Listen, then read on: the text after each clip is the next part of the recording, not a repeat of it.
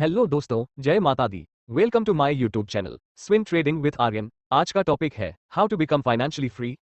अगस्त साल 2010 यहाँ तक ऑथर ग्रैंट एक ऐसी लाइफ जी रहे थे जो आप कह सकते हैं ऑलमोस्ट 80% इंडिया के लोग जीते हैं। उन्होंने अपनी स्टडी कंप्लीट की और ग्रेजुएट होने के बाद एक कंपनी के अंदर जॉब पर लग गए। वो जॉब वो कंटिन्यूसली 3 सालों से कर रहे थे, बट बावजूद इस सब के वो अपने मंथली एक्सपेंसेस बहुत मुश्किल से ही कर पा रहे थे। तकरीबन 8 से 10 घंटे काम करने के बाद भी ऑथर को वो आउटपुट ही नहीं मिल पा रहा था जो उन्हें चाहिए, और इस फाइनेंशियल प्रॉब्लम की वजह से वो फ्रस्ट्रेशन में आ चुके थे। और ये सब चीज और बुरी तब बन जाती है जब सिर्फ 24 साल की एज में ही उनके हाथों से वो जॉब भी चली गई। फिर इसके बाद ऑथर को मजबूरन अपने पेरेंट्स के साथ रहना पड़ा। अब वैसे तो हम इंडियंस अपने पेरेंट्स के साथ ही रहते हैं, बट अमेरिका जैसी कंट्री में ये चीज थोड़ी ऑकवर्ड हो जाती है क्योंकि वहाँ का कल्चर यहाँ से थोड़ा अलग तरीके से चलता है। वहाँ बच्चा अगर खुद कमाने लायक हो जाता है तो उसको खुद ही कमाना पड़ता है, बिल्कुल अकेले। पर ऑथर के साथ यहाँ कुछ डिफरेंट ही हो रहा था। उनको ना चाहते हुए भी अपने पेरेंट्स के साथ रहना पड़ रहा था, बट शर्मिंदगी झेलने के बाद भी वो मजबूर थे और कुछ नहीं कर पा रहे थे। यहाँ तक कि उनके बैंक में सेविंग्स के नाम पर सिर्फ $2 बचे थे। इससे शर्मनाक उनके लिए और क्या होता। यही रीजन था कि अकेले सर्वाइव करने की वो सोच भी नहीं सकते थे।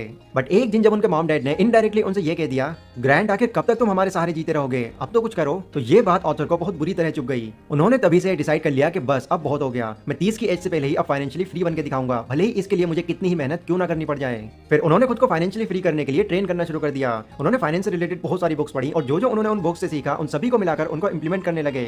सबसे पहले उन्होंने जैसे तैसे करके एक फुल टाइम जॉब पकड़ी और इसी के साथ उन्होंने साइड हसल में 2 बिजनेसेस भी स्टार्ट किए। शुरुआत में उनको ये सब मैनेज करना बहुत चैलेंजिंग लग रहा था, जो कि ऑब्वियसली किसी को भी लग सकता है क्योंकि 3 अलग अलग कामों को मैनेज कर पाना कोई आसान काम नहीं था। बट इन सभी प्रॉब्लम्स को झेल जाने के बाद जैसे तैसे करके वो फाइनली 30 की एज तक फाइनेंशियली फ्री बन ही गए। अब उनके पास सेविंग्स के नाम पर $1 मिलियन थे, पर अगेन उनके लिए ये सब कर पाना बिल्कुल आसान नहीं था। इसीलिए ऑथर ने अपने एक्सपीरियंस पर एक बुक लिखी जिसमें उन्होंने ये बताया कि आखिर कैसे उन्होंने 30 की एज तक आकर फाइनेंशियली फ्रीडम अचीव की, क्या क्या प्रॉब्लम्स उनको झेलनी पड़ी और किन किन सिचुएशन से उनको होकर गुजरना पड़ा, ये सभी बातें। और आज की इस वीडियो में मैं आपको इसी बुक में से कुछ ऐसे जरूरी पॉइंट शेयर करूंगा और बताऊंगा कि आप कैसे इन सब बातों को इंप्लीमेंट करके अपनी लाइफ में फाइनेंशियली फ्री बन सकते हो। So let's begin.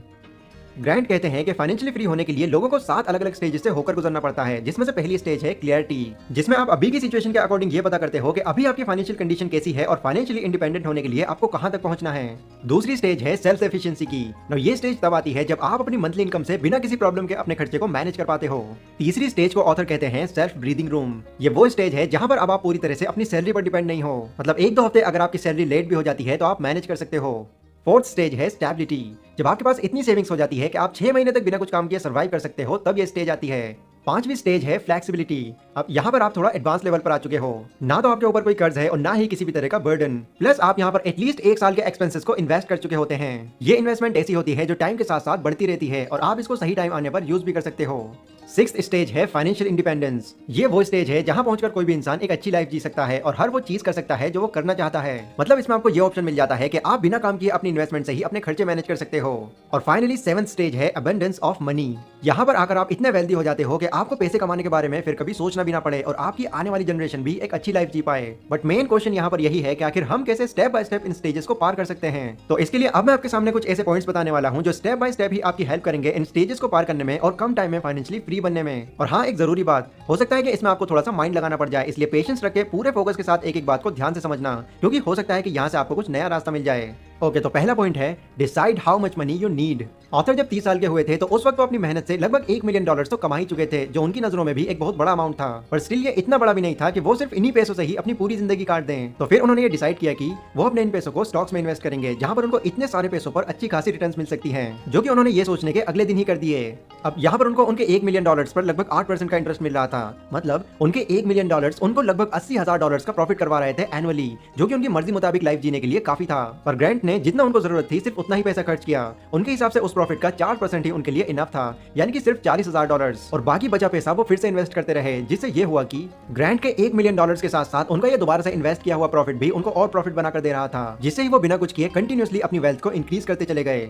अब मैं आपको ये बताता हूँ कि इस फॉर्मूले का आप खुद कैसे यूज कर सकते हैं। ये पता करने के लिए कि एग्जैक्ट आपको कितने अमाउंट की जरूरत है फाइनेंशियली फ्री बनने के लिए, आपको अपने सालाना एक्सपेंसेस को कैलकुलेट करना होगा और फिर उसको मल्टीप्लाई करना होगा 25 से। मान लेते हैं आपका सालाना खर्च 2 लाख रुपए है। अब 25 से अगर आप इसको मल्टीप्लाई करेंगे तो टोटल निकल कर आएगा 50 लाख रुपए। मतलब 50 लाख रुपए चाहिए होंगे आपको फाइनेंशियली फ्री बनने के लिए, जिसको स्टॉक्स में इन्वेस्ट करके आप हर साल 2 लाख रुपए बिना कुछ काम किए कमा सकते हो, क्योंकि इंडिया में भी आपको स्टॉक मार्केट में मिनिमम 7 से 8% तक का इंटरेस्ट मिल ही जाएगा। लेकिन अगर आपको स्टॉक मार्केट की जरा भी नॉलेज नहीं है और आप चाहते हैं कि मैं इस पर आपको बिल्कुल जीरो लेवल से बताऊं, तो कमेंट में आप लोग मुझे बता सकते हैं, मैं इस पर भी वीडियो बना दूंगा। Number 2, calculate your net worth. Author कहते हैं कि जितना जरूरी पैसा कमाना होता है उतना ही जरूरी अपनी नेटवर्थ को कैलकुलेट करना भी होता है। यानी कि आपकी करंट फाइनेंशियल सिचुएशन के हिसाब से आपकी नेटवर्थ कितनी है आपको ये पता होना जरूरी है, क्योंकि ऑब्वियसली हर किसी की सेम नहीं होती। अब अपनी नेटवर्थ को कैलकुलेट करने के लिए आपको ये फॉर्मूला चाहिए होगा जो है एसेट्स प्लस लायबिलिटीज। एसेट्स मतलब वो चीजें जो आपकी लाइफ में कुछ वैल्यू ऐड करती हो, यानी कि आपकी प्रॉपर्टी, बैंक बैलेंस, गोल्ड, कोई यूजफुल गैजेट एक्सेट्रा। और लायबिलिटीज मतलब लोन, ईएमआई या फिर कोई ऐसी उधारी जिसके लिए आपको पैसे देने पड़ते हो। यहाँ पर आपको एक एग्जैक्ट फिगर निकालने के लिए एक टेबल बनानी होगी जिसमें आपको अपने सारे एसेट्स एंड लायबिलिटीज को ऐड करना होगा और देखना होगा कि कहां कहां एक साल के अंदर आपको प्रॉफिट होता है और कहां कहां आपका पैसा खर्च होता है। इस कैलकुलेशन से ये होगा कि वो एग्जैक्ट फिगर आपके सामने आ जाएगा कि साल भर के लेन देन के बाद आपके पास लास्ट में कितने रुपए बचते हैं। अगर 4 लाख आपकी एनुअल इनकम है तो 2 लाख बच सकते हैं, और अगर 2 लाख एनुअल इनकम है तो मे भी 1 या 1.5 लाख बच सकते हैं। ऑथर कहते हैं कि ये कैलकुलेशन करना हमारे लिए बहुत जरूरी है, क्योंकि इसी कैलकुलेशन को एनालाइज करके आप एसेट्स को बढ़ा और लायबिलिटीज को कम कर सकते हो। इसीलिए हर महीने आपको ये जरूर कैलकुलेट करनी चाहिए, और इससे आप ये भी जान पाएंगे कि आप अपनी फाइनेंशियल फ्रीडम के कितने पास या फिर दूर हो। Number 3, value your time. Author जब अपनी खराब फाइनेंशियल सिचुएशन से गुजर रहे थे तो उन्होंने उस वक्त एक बात पर गौर किया कि कभी कभी तो एक्साइटमेंट में आकर कुछ ऐसी चीजें भी खरीद ले रहे थे जिसमें उनकी 50% सैलरी या इवन कभी कभी तो 80% सैलरी तक चली जाती थी, पर बदकिस्मती से वो इस बात पर ध्यान भी नहीं देते थे। और यही रीजन था कि महीने के आखिर तक आकर उनकी सैलरी पूरी खत्म हो जाती थी और उनके पास कुछ नहीं बचता था। ये गलती अब हमसे ना हो जाए, तो इसलिए ऑथर कहते हैं कि अगर आप कोई ऐसा प्रोडक्ट खरीदते हैं जो आपको पसंद आ जाता है तो उसे खरीदने से पहले आपको ये सोचना चाहिए कि इस प्रोडक्ट के जो प्राइस है उतने पैसे अर्न करने में आपको कितने दिन और कितने हफ्ते लग जाएंगे। एग्जाम्पल, अगर आपकी मंथली सैलरी 20,000 रुपए है और आप 50,000 रुपए का मोबाइल खरीद रहे हो तो इसमें आपकी 1 या 2 नहीं बल्कि 2.5 महीने की कमाई जाएगी, यानी पूरे 75 डेज की कमाई, जिसको वापस से पाने के लिए आपको 75 डेज और काम करना होगा। अब मैं इसे ये नहीं कह रहा हूँ कि आपको अपनी पसंद की चीजें नहीं खरीदनी चाहिए, दिल खोलकर आप खरीदिए, बशर्ते वो प्रोडक्ट आपकी सैलरी का 20 या फिर मैक्सिमम 30% लेता हो, क्योंकि फिर वो पैसा कमाने के लिए डबल मेहनत नहीं करनी पड़ेगी और आपका टाइम भी बच जाएगा। Number 4, do side hustle.